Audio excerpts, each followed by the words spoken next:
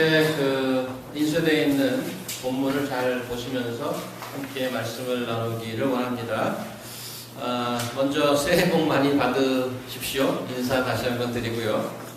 작년 한 해 저희가 누가복음을 계속 보지 않았습니까? 내일 12월 한 달을 크리스마스 시리즈로 성탄의 말씀을 보았고, 특별히 신년을 들어서 누가복음을 다시 돌아가기 전에 첫 예배라서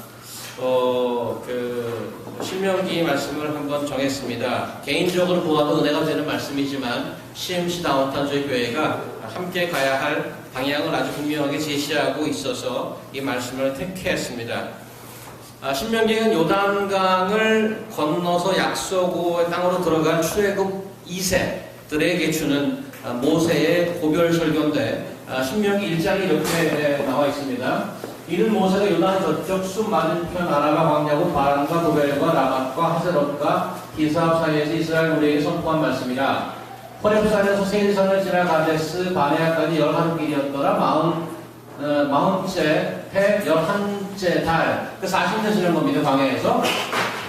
그달 첫째 날에 모세가 이스라엘 자손에게 여호와께서 그들을 위하여 자기에게 주신 명령을 다 알렸으나, 그때는 모세가 헤스본에 거주하고 나머리 왕신을 쳐 죽이고 애들이 있는 아스타롯에 거주하는 바산을 옥을 쳐 죽인 후라. 5절 잘 보십시오. 모세가 요단 저쪽 모압 땅에서 이 율법을 설명하기 시작하였더라. 일러스도 하고 나옵니다.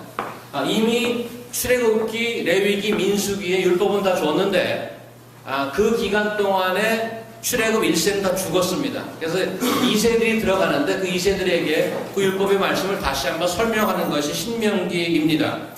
신명기는 영어로 Deuteronomy라고 그러는데, Deut라면 Duet이라면 Second, Two라는 뜻인데, Nomos는 히브리 말로 법이라는 뜻입니다. Second Law라는 뜻입니다. 그래서 창세기부터 시작해서 약속의 땅에 들어가기 직전까지의 시간을 커버하는데, 오늘 볼 신명기 본문은 이 모세오경 전체를 관통하는 중요한 팀을 담고 있습니다. 1월 생명의 삶 여러분들 갖고 계신 분들이 있으면 창세기 아닙니까? 천지창조를 기록한 창세기를 보면 창조의 클라이맥스는 인간의 창조 아니겠어요? 그리고 인간을 창조하시고 이렇게 축복을 하는 장면이 있는데, 이렇게 나옵니다. 하나님이 이르시되 우리의 형상을 따라 우리의 모양대로 우리가 사람을 만들고 그들로 바다의 물고기와 하늘의 새와 가축과 온 땅과 땅에 기는 모든 것을 다스리게 하자 하시고, 사람이 자기 형상 곧 하나님의 형상대로 사람을 창조하실 때 남자 여자를 창조하시고, 하나님이 그들에게 복을 주시며 하나님이 그들에게 이르시되 생육하고 번성하고 땅에 충만하라. 땅을 정복하라. 바다의 물고기와 하늘의 새와 땅에 움직이는 모든 생물을 다스리라 하시니라. 창조하시고 제일 피크를 인간을 창조하시고 복을 주셨단 말이죠. 여기서 하나 봐야 될 부분이, 인간을 창조하시고 축복을 하고 온 세상을 정복하고 다스리라고 했습니다. 근데 이 주목할 사항은 그 정복하고 다스리라는 것이 어떤 인간의 기능적인 면을 말했다기보다 하나님께서 주신 복의 결과이고요. 하나님의 형상을 닮은 자로서 하나님을 드러내는 인간 존재의 목적을 나타내고 있다는 점입니다. 그래서 창조의 목적을 다시 한번 정리하면, 창조의 목적은 하나님의 형상으로 지어진 인간이 하나님의 뜻을 따라서 세상을 다스리는 것입니다. 그렇게 함으로 하나님을 드러내는 것이 창조의 목적이라고 얘기할 수 있습니다.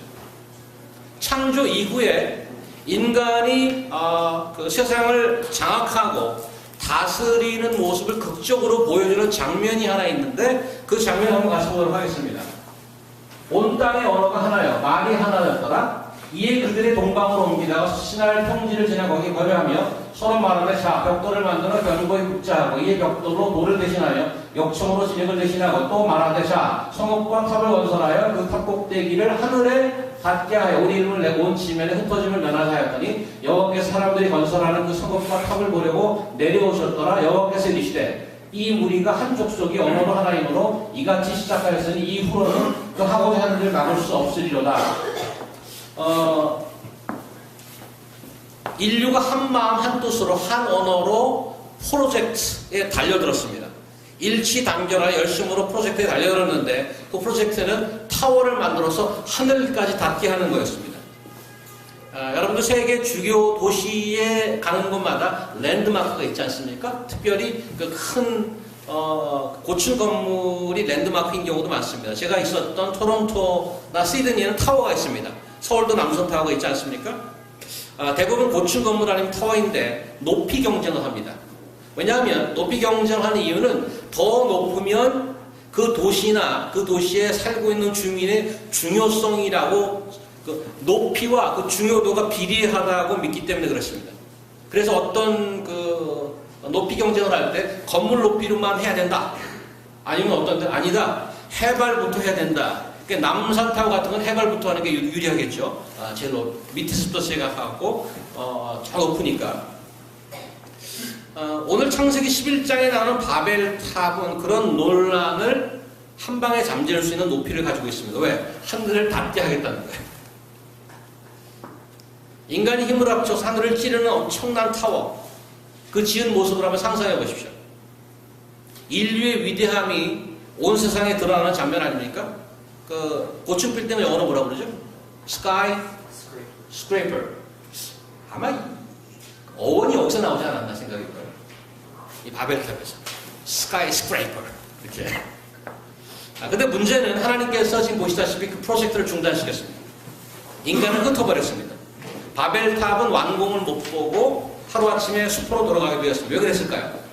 창조 이래 최고의 작품인 인간의 최대 프로젝트 바벨탑 프로젝트가 망하게 되었습니다. 하나님께서 자신이 원하시는 목적에 맞지 않다는 이유로 무산되었죠. 11장 4절 조금 내려보세요. 4절 보시면 여기 뭐라고 되어 있냐면 또 말하되 인간들이 얘기하는 겁니다. 성읍과 탑을 건설하여 그 탑 꼭대기를 하늘에 닿게 하여 우리 이름을 내고 온 지면이 흩어질 멸하자. 하늘에 닿게 하는 것은 외형적이고 원래 ultimate goal for building a Babel tower is to make my name renowned to the world. That is the ultimate purpose. 바벨 프로젝트의 내면적인 철학적인 실제적인 목표는 이름을 내는 것입니다. 인간이 자신의 이름을 내는 것이 잘못됐습니까? 호랑이는 죽어서 가죽을 남기고 사람은 죽어서 이름을 남긴다고 하지 않았습니까? 하늘에서 내려다보고 있던 하나님이 질투하셨을까요? 아니면 하나님만 간섭하지 않았다면 인간은 나름 잘 살고 있었을까요? 이 문제는 한번 생각해 볼 필요가 있습니다. 인간이 나름대로 최선을 다하면 이 땅에서 파라다이스를 만들 수 있는데 늘 문제는 환경이고 늘 문제는 특별히 종교가 문제다. 신의 존재가 문제다. 인간에게 신의 존재란 해악이고 그런 신의 존재라는 아이디어는 인위적인 발명이고 분열을 조장하지 않느냐 이런 말을 우리 많이 듣습니다.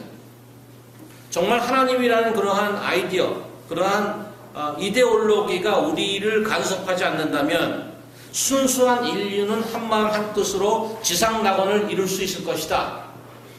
There are many people who believe in that idea as well. 하나님이란 분이 존재하던 안 하던 주인이 아니라 도우미로 있을 때 최대 효과를 낸다. 그런 생각들을 많이 갖고 있죠. 그렇다고 믿는 분이 그렇지 않다라고 하는 분보다 훨씬 더 많습니다. 하지만 안타깝게도 이러한 토론과 이러한 인상적인 인간의 바램과 허황된 이런 바램이 허황된 꿈이라는 것을 깨닫는 데는 그렇게 오래 걸리지 않습니다. 성경 천지창조의 그 드라마 이후에 한 couple of more pages, if you continue to read, you will find out that dream is in vain. 성경을 믿지 못하겠다면 현대사 몇 페이지만 읽으면 알 수 있고요. 그것도 보기 싫으면 신문 사회면 한두 페이지만 보시면 You will realize what's going on in this world. 인간은 스스로 인간이 생각하는 이상주의에 도달할 수 없습니다. 왜냐하면 인간은 스스로 내버려 두면 스스로 왕 되기 때문에 그렇습니다. 왕이 인구 수대로 존재하는 곳이 지구입니다. 인간 역사에 하루도 전쟁이 없는 날이 없다는 말의 이유를 우리는 어렵지 않게 짐작할 수 있습니다. 나라간 전쟁뿐만 아니지 않습니까? 학교, 직장, 거리에서, 요즘은 특별히 지하철에서 사람들이 함께 있는 곳은 어디나 전쟁터가 되는 거죠. 이런 말이 있지 않습니까? 인간은 배고픈 건 참아도 배 아픈 건 못 참는다. 한 가지 흥미로운 실험을 했습니다. A라는 사람이 길을 가다가 100만 원을 주셨는데 A와 함께 걷던 B에게 나는 90만 원, 너는 10만 원 나누어 갖자고 분배안을 제안합니다. 이때 B가 제안을 받아들이면 A와 B는 제안한 대로 90만 원, 10만 원씩 나누어서 갖습니다. 그런데 B가 A의 제안을 받아들이지 않으면 둘 다 한 푼도 못 받는 것입니다. 실험 대상자들에게 질문을 던졌습니다. 만약 당신이 B라면 이런 제안을 어떻게 하시겠습니까? 어떤 결과가 나왔을 것 같아요? 어떻게 나왔을 것 같습니다? 임상실험의 결과를 보면 놀랍게도 대다수 사람이 A의 제안을 거절하는 걸로 나왔습니다. 놀랄 일이 아닐 수도 있습니다. 왜냐하면 사람은 배고픈 건 참아도 배 아픈 건 못 참기 때문에. 사람들은 공짜로 생기는 돈을 포기하더라도 자신에게 공평하게 제한하지 않은 상대방에 더 타격을 주기를 마음속 깊이 원하는 것입니다. 자신에게 손해가 되어도 남에게 더 많은 손해를 입힌다면 그게 좋다는 겁니다. 인간의 본심입니다. 이러한 세상, 완벽한 에덴을 설계하여서 It's very good 하고 감격해 하셨던 하나님께서 이러한 세상을 보면 어떻게 생각하실까요? 이 문제를 하나님께 심각하게 보셨습니다. 그리고 회복하기로 결심하셨습니다. 그 이야기를 기록한 것이 For the rest of the Bible. 그 회복의 이야기가 나머지 성경의 기록인 것입니다. 노아의 홍수로 다 쓸어버리고 바벨탑 사건으로 인간을 다시 한번 흩어버리신 하나님께서 한 사람으로부터 다시 하나님의 회복의 프로젝트를 시작하십니다. 똑똑한 인간의 머리가 아니고 신실한 하나님의 손끝에서 소망의 불꽃이 시작되는 거죠. 창세기 12장 보실까요? 이렇게 시작합니다. 여호와께서 아브라함에게 이르시되 너는 너의 고향과 친척과 아버지의 집을 떠나 내가 내게 보여줄 땅으로 가라. 내가 너를 큰 민족을 이루고 내게 복을 주어 내 이름을 창대하게 하리니 너는 복이 될지라. 너를 축복하는 자에게는 내가 복을 내리고 너를 저주하는 자에게는 내가 저주하니니 땅의 모든 족속이 너로 말미암아 복을 얻을 것이라. Remember? 창세기 1장에 온 인류를 축복하셨던 하나님. Now he begins to talk about blessing again. Now begin with one person, Abraham, but his ultimate plan is to bless all the peoples. 모든 족속. 아브라함이라는 한 성으로 시작해서 결론은 3절 땅에 있는 모든 족속에게 축복을 받는 것으로 갑니다. 그래서 하나님의 백성 죄할 프로그램은 이렇게 시작하지만 거기에 400년 이집트 종살이라는 힘든 과정이 들어있습니다. 그래서 출애굽기 19장에 가면은 이렇게 나옵니다. 400년 지나고 나서의 장면입니다. 이스라엘 자손이 애굽 땅을 떠난 지 3개월이 되는 날 그들이 시내 광야에 이르니라. 그들이 르비딤을 떠나 시내 광야에 이르러 그 광야에 장막을 치되 이스라엘이 거기 산 앞에 장막을 치니라. 모세가 하나님 앞에 올라가니 여호와께서 산에서 그를 불러 말씀하시되 너는 이같이 야곱의 집에 말하고 이스라엘 자손에게 말하라. 내가 애굽 사람에게 어떻게 행하였음과 내가 어떻게 독수리 날개로 너희를 업어 내게를 인도하였음을 너희가 보았느니라. 세계가 다 내게 속하였느니 너희가 내 말을 잘 듣고 내 언약을 지키면 너희는 모든 민족 중에 내 소유가 되겠고 너희가 내게 대하여 제사장 나라가 되며 거룩한 백성이 되리라. 너는 이 말을 이스라엘 자손에게 전할지니라.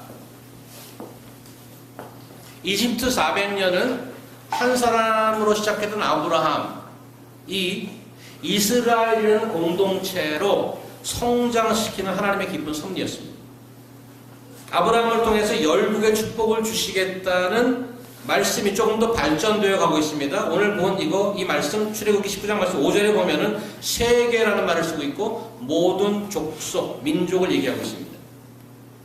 창세기 12장에서 아브라함 개인에게 축복을 얘기했다면 일방적인 축복을 선언했다면 아브라함에게 일방적인 축복을 선언했다면 출애굽기 19장에서 하나님께서는 이스라엘 백성에게 구체적인 책임을 말씀하고 있습니다. 그 책임은 뭔가 하면 5절에 내 말을 잘 듣고 내 언약을 지키면 That's responsibility.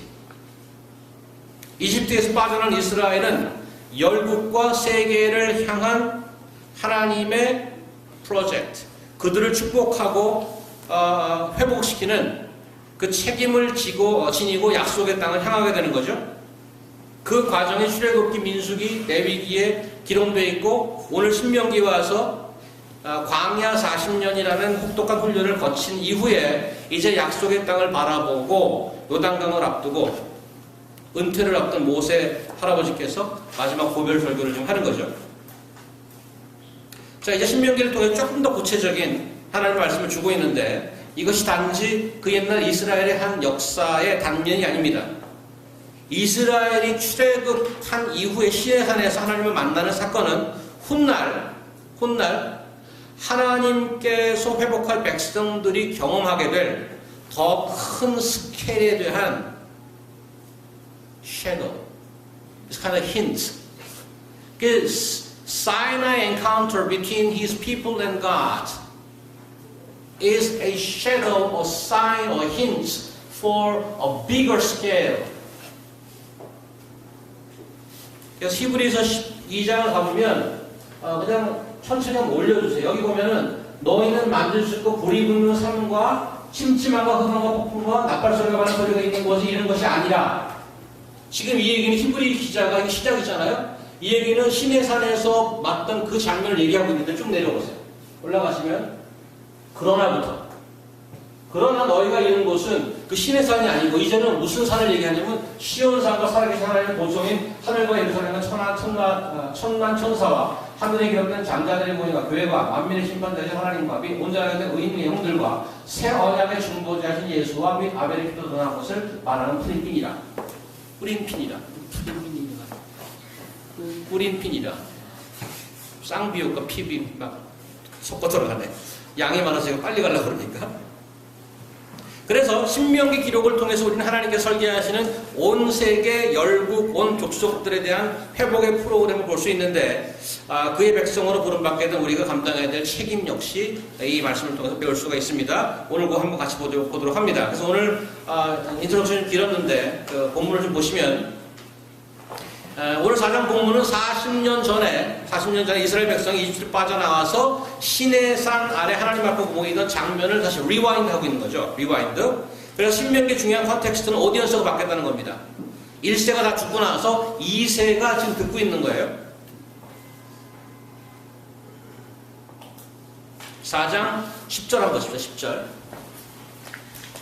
내가 호렙산에서 내 하나님 여호와 앞에 섰던 날, 그 옛날 얘기한 겁니다. 섰던 날에 여호와께서 내게 이르기를 나에게 백성을 모으라. 내가 그들에게 내 말을 들려주어 그들이 세상 사는 날 동안 나를 경외하며 배우게 하며 그 자녀에게 가르치라 하리라 하시매. 하나님께 집합했습니다. 집합시켜라 백성을. Main purpose is so that I may give them my words. That's the main purpose. 백성들을 모으라고 그래놓고 시내산에서 하나님께서 말씀을 주시기 때문에 모으라고 그랬습니다. 그 말씀의 내용이 뭔가 하면 10계명입니다. 나팔 소리가 들리고 막 연기가 나고 엄청난 장면이 연출되죠. 그리고 10계명을 주시고 거기 돌판에 쓰시기도 했습니다. 오늘 본문에서는 이 율법, 이 다른 표현으로 나와 있는데 제가 까만 걸로 표시해놨는데요. 규례와 법도라고 되어 있습니다. 규례와 법도. 이건 a expression about the law.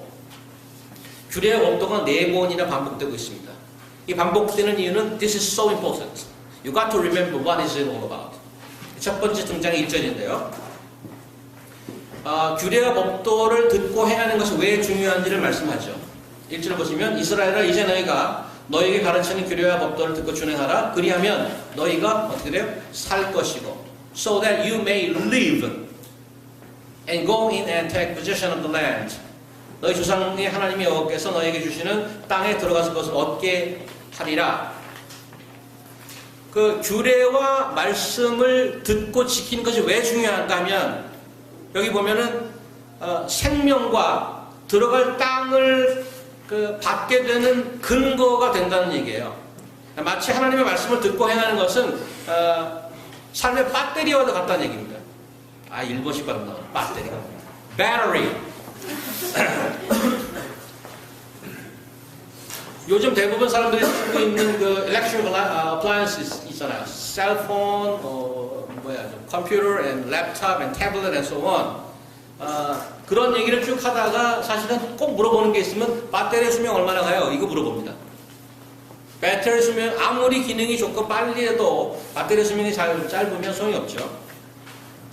제가 매일 출근하는 별다방에서도 사람들이 자리 다툼을 합니다. 뭘 향해서? 플러그가 있는 쪽을 가기 위해서. 사람들이 오면은 대충 밑으로 훑어야 돼요. 이렇게 훑으면서 다녀요. 강아지가 이렇게. 그래서 이걸 꼽을 수 있는데 거기 늘 crowded. 왜? 파워가 없으면 소용없다 이거예요. 파워가 없으면.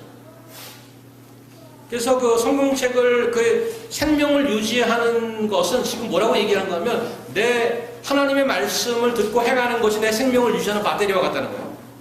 성경책 그냥 들고 뭐 앱 다운받아서 하는 거 말고 실제로 읽고 묵상하고 그대로 실천하는 것입니다. 그러니까 다시 말하면 말씀을 듣고 행하는 것은 우리 영혼의 양식임이 호흡인 것입니다. 지금 하나님의 백성들이 광야에 있지만 지금 신명기에서 이제 앞으로 약속의 땅에 들어가야 되는데 그 약속의 땅을 소유하는 것도 말씀을 듣고 실천해야지 보장이 됩니다. 그래서 말씀을 듣고 실천하는 것을 말하자면 땅 문서와 같습니다. 여기서 주의사항이 하나 주어지죠. 2절 보시면 내가 너에게 명령하는 말을 너에게 가감하지 말고 내가 너희에게 내리는 여호와의 명령을 지키라. 영어로 보면 You shall not add to the word that I commanded you, nor take from it.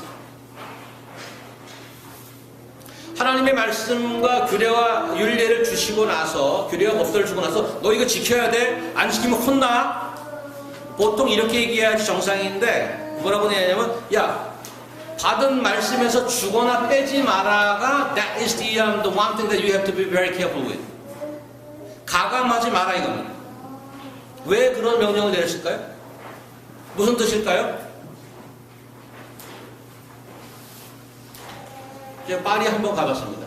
루브르 박물관 제일 복잡한 데가 모나리자가 있는데 거기 접근도 못해. 멀리서 봐야 돼. 얼마나 사람이 많은지. 참 보고 마음으로 봐야 돼. 얼마나 사람이 많은지. 거기만 그냥 열대같이 몰려있어요. 잘 안 보여요. 멀어갖고. 근데 그 모나리자를 쭉 주고 여러분이 보고 좀 안 좋네. 그러고 붓을 딱 들고 또 하나 탁. 그 스트로크를 치는 순간 그 모나리자는 바로 모나리자가 아닌 거예요. better version 되지 않습니다. 흰색으로 이거 마음에 안 드는데 흰색으로 여기다 스트로크를 치는 순간 모나리자의 가치는 제로가 됩니다. 하나님의 주신 말씀 자체로 완성품입니다. 말씀의 1.1핵이라도 더하거나 감하지 말라는 것은 하나님의 말씀을 가지고 자의적인 해석하는 것 so dangerous. 경계하는 것입니다. 그래서 무신론보다 atheism보다 더 무서운 것은 이단입니다. 이단은 정통보다 살짝 다른 겁니다. Just difference in the end. 이단은 끝에만 다른 거예요. 이단. 끝이 다르다 이거예요. 살짝 다른 거예요. 무신론자는 나름대로 삶을 소신껏 살아가지만 이단이 무서운 건 이단은 삶을 파괴합니다. That's very powerful. 근데 이단보다 더 무서운 게 있어요. 이단보다 더 무서운 것은 성경을 참고서로 사용하는 신자들. 필요할 때만 갖다 봅니다. 주인은 항상 나야. 교양서적으로 보고 참고서입니다. 필요할 때 더하거나 빼거나 합니다. 이산화탄소는 원소기호가 어떻게 되죠? 분자식이라고 그러나? 이산화탄소. CO2 아니에요. 그죠? CO2는 식물의 광합성을 도와서 포도당과 탄수화물을 만듭니다. 승리라고 맞습니까? 모른다는데. 박사예요? 박사님. 그쪽 계통의 박사입니다. 오늘 찾아왔어요. 근데 여기서 CO2에서 산소 하나를 타면 CO가 됩니다. 뭐죠 여기? 일산화탄소입니다. 공기 중에 0.1%만 있으면 4시간 안에 죽습니다. 4시간 안에. You will die. If you breathe in that air, only that contains 0.1% of CO1. 카본 모노옥사이드. 무서운 거는 일산화탄소는 무색무취라는 거예요. 무색무취. That means you wouldn't know, you never know whether there is CO1 or not. 전혀 위험해 보이지 않습니다. 그래서 더 무섭습니다. 죽어가는지 모르기 때문에 그렇습니다. 그래서 제가 성경 공부를 인도하고 말씀을 전할 때 늘 노심초사하는 것이 저자이신 성령님의 의도를 파악한 I'll do my best. That's my main concern. 왜 그러죠? 내 의도대로 빼거나 넣거나 하면 that becomes carbon monoxide. That is very fatal. 오늘 1절 말씀처럼 하나님의 뜻에 맞게 읽고 이해하고 행하면 우리가 사는 길 So that you may live. That is a source of life. 하지만 1.1여기다가 빼면 it becomes monocarbon dioxide. 3절 이하에 바알볼의 사건이 나오죠. 바로 그 점을 경고하는 것입니다. 민수기 25장에 나오는 이 사건은 바알을 섬기는 이방 민족의 여자들과 이스라엘의 음행한 사건입니다. 다 죽여버립니다. 그들이 여호와를 버리지 않았습니다. 일부에 본당에 가서 본교회 가서 예배드리고 2부에 바알교회에 가서 예배드리고 거기 2부 순서 참석한 겁니다. 결과는 죽음. 무섭죠. 여러분이 말씀을 듣고 잘 모르면 물어보십시오. That's what I'm here for. 자의적으로 해석하거나 마음대로 편집하여서 사용하면 치명적임을 기억하시기 바랍니다.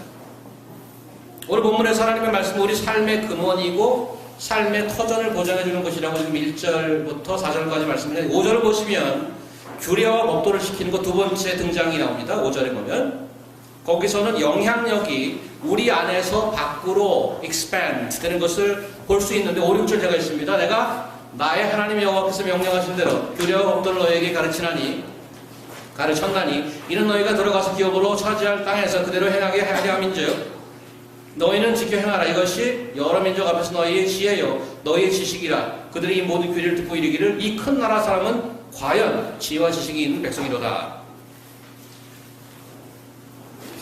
창세기에 아까 창조의 목적이 있었죠. 하나님의 형상을 따라 지음받은 인류가 그분의 뜻에 맞게 온 세상을 다스리는 일이라고 그랬습니다. 창세기 19장에 조금 전에 봤던 것은 이스라엘 백성이 이 목적이 좀 더 구체화되고 있는데 그것을 실천하도록 요구받고 있었습니다. 하나님의 말씀을 잘 듣고 언약을 지키면 그것이 책임이었습니다. 그렇게 함으로써 열국과 온 세상을 위한 제사장 나라의 역을 감당하는 것이었는데 오늘 5절 지금 말씀은 세상에 대한 그 영향력이 실제로 나타나는 장면이 나오시지 않습니까? 그 무대가 어딘가 하면 6절 보시면 여러 민족 앞에서 이렇게 나옵니다. 여러 민족 앞에서 in the sight of the peoples 이렇게 나옵니다. 그죠? 이것은 그들이 자랑하려고 여기 써 있는 게 아닙니다.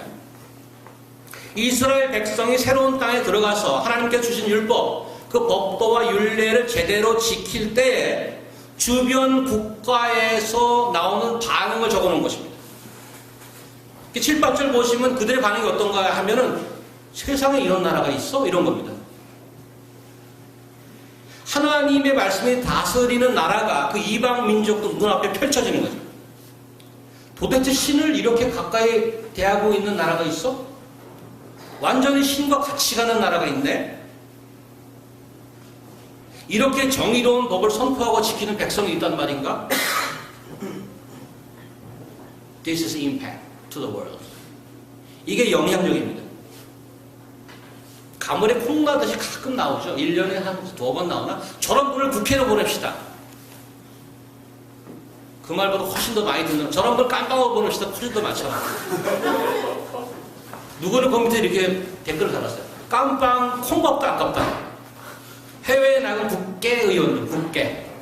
국회의원들은 들어오지 못하게 입국 금지 조처시켜라. 이번에 그 예산 날치기를 했지 않습니까?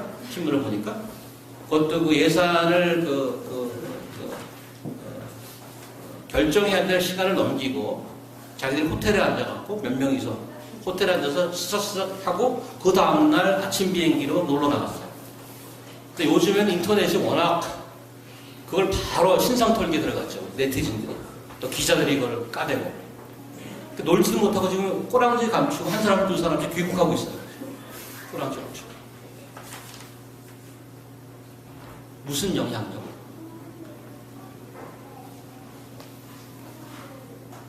이번 신년 수련회에서 우리 같이 모였던 그룹 있지 않습니까? 메시아닉 주라고. 대만 컨그리게이션인데 유대인이 설교를 해요. 근데 그분의 일종의 디노미네이션이 뭔가 하면 메시아닉 주, 주이신데 그리스도를 믿는 한 10% 정도 된대요. 제가 물어봤어요. 그래서 식사 제가 늘 하는 그 자리 있잖아요. 그 앞자리에서 그 주이시 레바이 선생님도 되는 분이 식사를 하고 있길래 저는 그냥 뭐 앉아있는데 그분이 조금 개방된 분 같아요. 돌아서 저랑 이제 말을 시켜서 제가 궁금한 것들을 몇 개 물어봤어요. 도대체 뭘 믿는 건지, 일반 교회와는 뭐가 다른 건지, 한 30분 얘기를 했는데, 뭐 여러 가지 얘기 중에 이러한 그 말을 했어요. 그분이 이제 대만 컨그리게이션을 목회하기 때문에, 가르치고 성경 공부하기 때문에 중국에 대한 관심이 많으셔요. 근데 one of his comments is very significant. That is saying, communists are evangelists. 이런 말을 써요. What do you mean by that? 공산주의가 전도를 잘한다. 이거예요, 지금. 공산주의자는 전도를 잘한다. 지금 중국의 기독교인이 103 million, 1억 한 300만 된답니다. 전체 인구의 10%래요, 그게. 1억, 103 million. 근데 왜 공산당이 이벤젤리스트라는 말을 하냐면 자기들이 믿기에 가장 이상적이라고 했던 커뮤니즘을 수십 년, 한 반세기 정도 해봤더니 가만히 뚜껑을 열고 보니까 그 속에서 지들끼리 다 해먹더라 이거지. 얼마 전에 뉴욕타임스에 조금 전에 그 은퇴했던 누구 시진핑인가요? 그 사람 가계도까지 있으면서 몇 조를 해먹은 게 나왔어요. 아이고 뉴욕타임스에 때려버렸어요. 근데 그런 부패 속에서 눈에 띄는 자들이 있었는데 기독교인들이 정직하더라는 거예요. 그래서 그 Chinese law에는 기독교인들은 공산당에 입당할 수 없습니다. 그런데 이미 공산당이 된 사람들이 기독교인이 되는 건 뭐라고 안 그런대요. 오히려 은근히 권장을 한대요. 왜 그러냐면 정직한 사람이 있어야 도대체 당을 유지할 수가 있지 전부 해먹더라 이거지. 그래서 얼마나 이게 아이러니해요. 유물관을 믿고 인간은 고깃덩이다고 믿고 종교는 아편이라고 하는 마르크스의 그 사상을 신봉하는 커뮤니스트들이 예수 그리스도를 믿고 그 율례와 법도를 행하는 자들의 자기 곁에 있기를 원하더라는 얘기죠. 지금. 공산당 서기장이 파워풀한가요? 하나님의 말씀을 믿고 행하는 자들이 실제 파워풀한 거예요. So they are the ones who actually rule over the whole land of China. Isn't it amazing? They confess by their lips. Communists are evangelists. What an irony. 여러분 취업할 때 I'm Christian. 물어보지도 않겠지만 얘기할 수 있습니까? 학교 매점에서 식사를 앞에 놓고 기도할 때 사람들의 시선을 느끼세요? 믿지 않는 룸메와 믿음에 관한 이야기를 할 기회를 위해서 기도하십니까? 아니면 혹시 물어볼까봐 피하십니까? 베드로전서 2장 한번 보시겠습니다. 베드로전서 2장 보면 베드로전서는 여기다 리스트를 안 줬군요. 여러분 찾아보실 거예요. 베드로전서 2장 한번 보세요.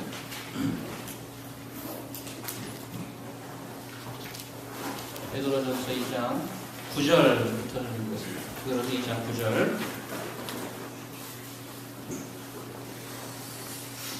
3절만, 4절만 읽겠습니다. 주께서 경건한 자는 시험에 건지시고 불의한 자는 형벌 아래 두어 심판날까지, 죄송합니다. 후서를 읽고 있네요. 베드로 전서입니다. 전서 2장 9절. 오직 너희는 택하신 족속이요 왕같은 제사장이요 거룩한 나라요 그의 소유된 백성인. 이게 출애굽기 19장에 나온 얘기죠. 이는 너희를 어두운 데서 불러내어 그의 기이한 빛에 들어가게 하신 자의 아름다운 덕을 선전하게 하려 하심이라. 너희가 전에는 백성이 아니더니 이제는 하나님의 백성이여 전에는 긍휼을 얻지 못하더니 이제는 긍휼을 얻은 자니라. 11절. 사랑하는 자들아 나그네와 행인 같은 너희를 권하오니 영혼을 거스려 싸우는 육체의 정욕을 제어하라. 너희가 여기 보세요. 이방인 중에서, 여기 세상이죠. 이방인 중에서 행실을 선하게 가져 너희를 악행한다고 비방하는 자들로 하여금 너희 선한 일을 보고 권고하는 날 하나님께 영광을 돌리게 하려 함이라. 이 사람들이 나그네고 흩어진 백성들입니다. 마이너리티고 영향력이 없는 사람인데 이들의 사는 모습을 보고 이런 사람들이 다 있어 이렇다는 얘기예요. 3절 보세요. 3장 13절. 또 너희가 열심으로 선을 행하면 누가 너희를 해하리요? 그러나 의를 위하여 고난을 받으면 복이 있는 자니 저희의 두려움을 두려워 말며 소동치 말고 너희 마음에 그리스도를 주로 삼아 거룩하게 하고 너희 속에 있는 소망에 관한 이유를 묻는 자에게는 대답할 것을 항상 예비하되 온유와 두려움으로 하고 선한 양심을 가지라. 이는 그리스도 안에 있는 너희의 선행을 욕하는 자들로 그 비방하는 일에 부끄러움을 당하게 하려 함이라. 여기는 무슨 말인가 하면 그들의 사는 모습 때문에 욕을 하려고 그러는데 이런 놈들이 다 있어. 욕을 하려고 그러는데 스스로 부끄러워지고 욕을 하다가 어떻게 그렇게 살 수가 있어? 묻는다는 거죠. 도대체 무슨 소망으로 사는 거예요? 그들의 살아가는 life, because of your lifestyle, people gather together around you and ask you, how come that you live such a life like that? In such a world like this? 말씀을 듣고 행하며 사는 사람들이 무슨 집회를 갖지 않았어요? 부흥사를 모셔서 컨퍼런스 하지 않았습니다. 그 당시에. 그런데 그들의 삶 때문에 사람들이 와서 묻는다는 거죠. 우리나라 말이 억양이 좀 굉장히 센서티브하죠. 굉장히 미세해갖고 똑같은 얘기를 하는데 완전히 반대 얘기를 할 수 있습니다. 이런 거죠. 어떻게 그렇게 살 수 있어? 그거랑 한마디만 덧붙이면 완전 다른 표현이 됩니다. 어떻게 그렇게 살 수 있어 인간아? 이렇게 하면 완전히 다른 뜻이 됩니다. 근데 지금 여기는 전자를 얘기하죠. 아니, 어떻게 그런 삶을 살 수가 있어요? 이렇게 경쟁적인 세상에서.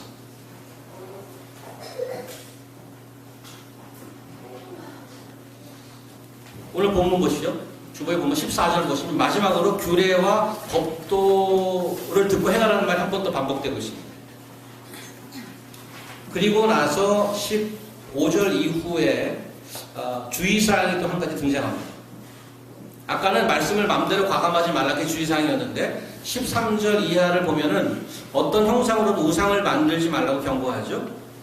제 시선을 끄는 대목은 이스라엘이 시내산에서 하나님을 만나 율법을 받는 장면을 소개하면서 무슨 얘기를 표현하고 12절 보시면 뭐라고 되어 있냐면 제가 조금 두꺼운 그 글씨로 좀 해놨는데 여호와께서 불길 중에 너희에게 말씀하시되 음성뿐이므로 너희가 그 말소리만 듣고 형상을 보지 못하느니라.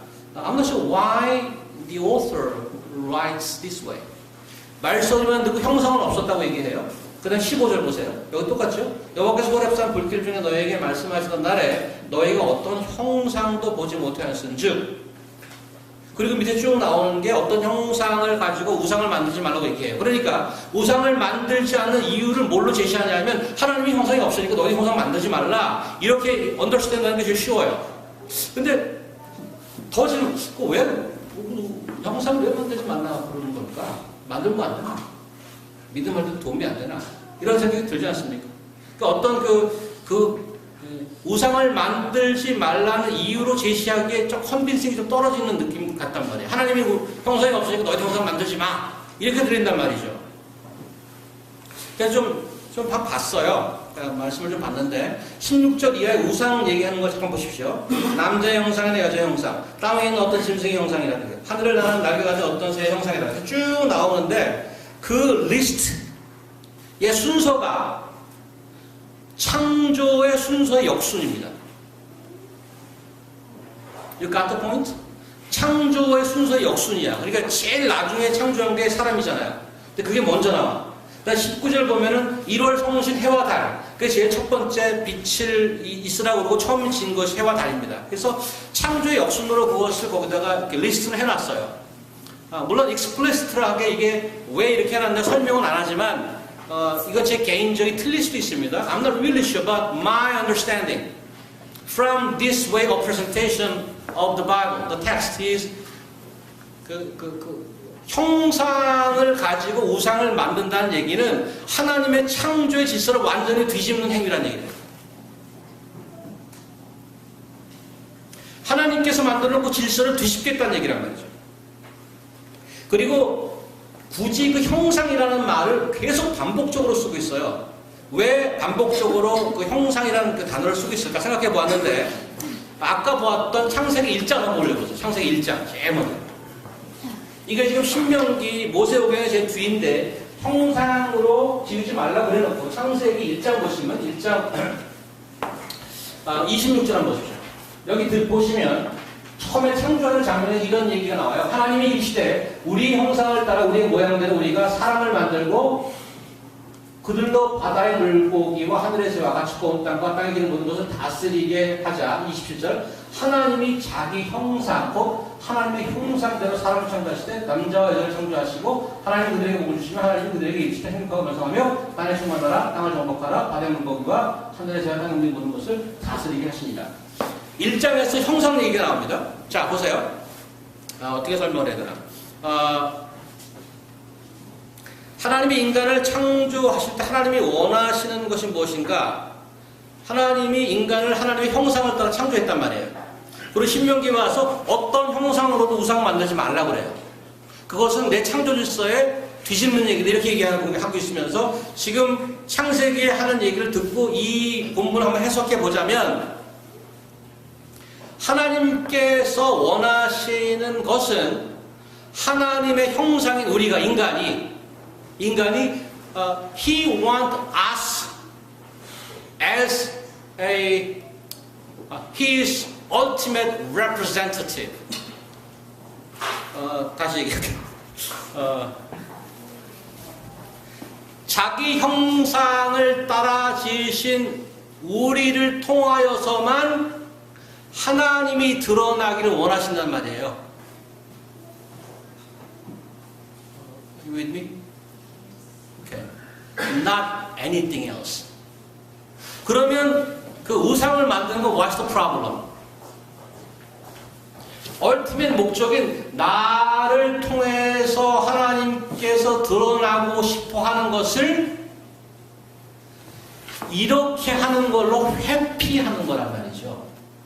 좀 더 설명을 드리면 요즘에 불상이나 조각상 만들려고 절하는 사람이 어디 있어요? 요즘에 집에 혹시 불상 있는 분 있어요? 조각상 놓고 앞에서 하루에 큐티할 때 앞에서 한 번씩 절하고 하시는 분 계세요? 없잖아요. 그런데 바뀐 형태의 우상이 되게 많은 거예요.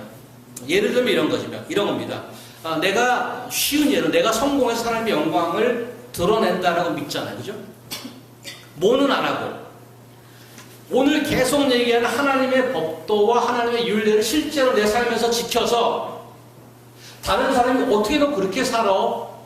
그 결과를 안 하고 나는 성공해서 하나님의 영광을 드러내겠다고 얘기한단 말이죠. That is not the way that He wants. The God wants each one of us to represent Him because we are in His image. 우리가 그의 형상이란 말이에요. 그러니까 하나님의 최종 목적은 여러분과 저에 있단 말이에요. 우리를 데리다가 뭐를 해서 주는 게 목적이 아니고 여러분과 제가 그 형상을 완전히 100% 회복하기 원한단 말이에요. 그 방법이 뭔가 오늘 이 말씀을 제대로 듣고 행하는 겁니다.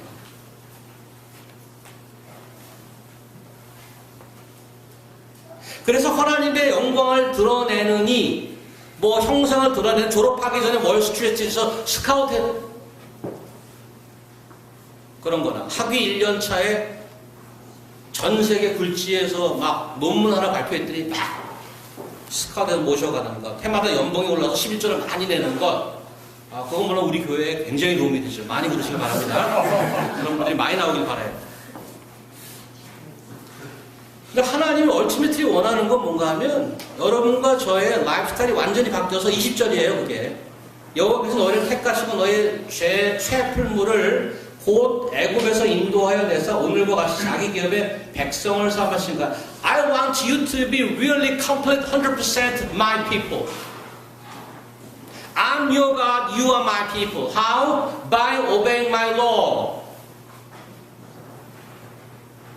If you and I really obey His law, then the world begin to pay attention.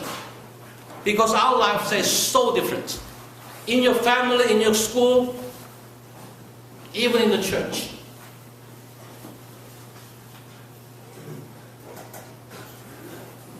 오늘 신명기 언어로 얘기하자면 내가 속한 교회, 세상 공동체 어디에 있든 간에 하나님의 규례를 법도를 묵묵히 더하거나 감하지 않고 지켜내는 삶인 것입니다. 성경에서 우리가 성공함으로 하나님께 영광 받는다는 건 없습니다. 죄의 풀무불에서 우리를 꺼내서 이제 그분의 말씀으로 씻혀서 다시 recreate해서 세상에 내보내십니다. Check out every corner of your life. I believe that is the direction of our church. One of us individually and as a community to that direction. We got to be vigorously studying the words and try our best of best to obey in the community that I belong to.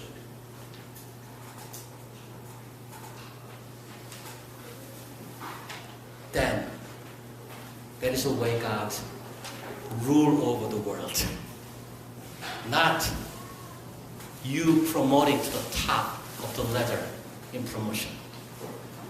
마지막으로 빌립보서 2장 보시고 적어보시도록 하겠습니다. The way that Jesus Christ to glorify and rule over the world is like this. Philippians chapter 2 verse 5 to 11.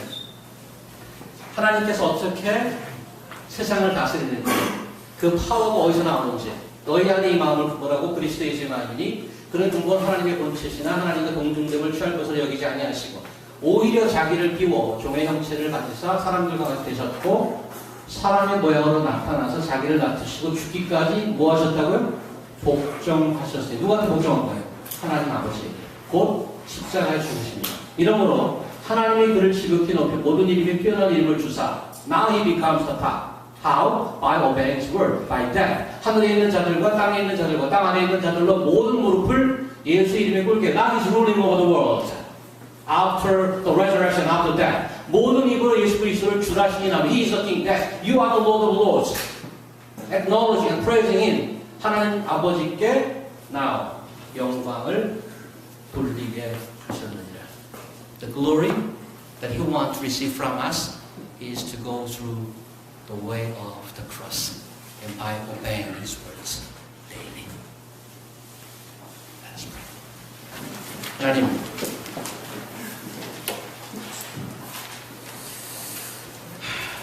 저희가 새해 가야 할 방향을 한번 같이 묵상하고 생각해 보았습니다. 늘 듣는 말씀 다시 한번 확인했습니다. 확인하게 해주신 주님 감사합니다. 오늘 신명기 말씀을 통하여서 앞으로 저희가 가야 될 길들을 분명히 보여주시고 서로 격려해서 서로 돌아와서 한 사람도 낙오됨이 없이 이 땅에서 하나님의 이름을 용기 있게 선포하며 또 patiently 살아감으로 인해서 모든 세상이 저의 삶으로 다스림 받게 인도하여 주시옵소서. 예수님 이름으로 기도합니다.